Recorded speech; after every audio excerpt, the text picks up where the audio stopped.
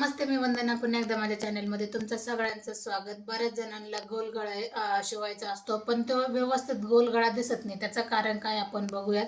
हा 40 चेस्टमध्ये आपण हा ब्लाऊज पॅटर्न कट केलेला हा पाठीचा भाग आहे. तर आपण बघूयात कशा पद्धतीने आपला गळा घेतला पाहिजे. जे काही माप येईल 2.25 2.5 इंचावर आपण एक मार्किंग केली.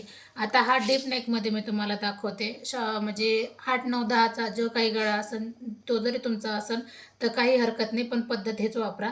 आता 10 इंच मी गळा घेतलाय, वरून 2.5 घेतलं, खाली 10 घेतलं, वरती 2.5 आलं तर मी खालच्या साईडला किती घेणार, 3 किंवा 3.25 इंच. आता फरक काय मी तुम्हाला दाखवते. आता वरती 2.5 घेतलं, खाली पण 2.5 घेते. आता 2.5 एक लाईन मी आखून घेणार आणि त्यानुसार पण मी तुम्हाला गळा कट करून दाखवणार. आणि आपण जे एक्स्ट्रा घेतले अर्धा इंच ते पण मी तुम्हाला दाखवते का कशा पद्धतीने तो पण गळा होऊन जातो.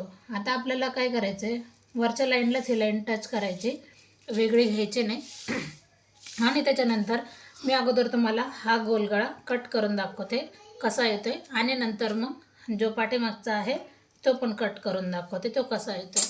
तर बघूयात. आता अर्धा इंच तुम्हाला लक्षात येण्यासाठी मी ठेवले इथं, आणि नंतर जो आपला 2.5 इंचाचा आहे तो कट केल्यावर तो व्यवस्थित वाटतो का नाही हे मला कमेंटमध्ये सांगा. तर पाहू शकतात हा गोलगळा असा आलाय बरोबर. आता आपण कट करणार.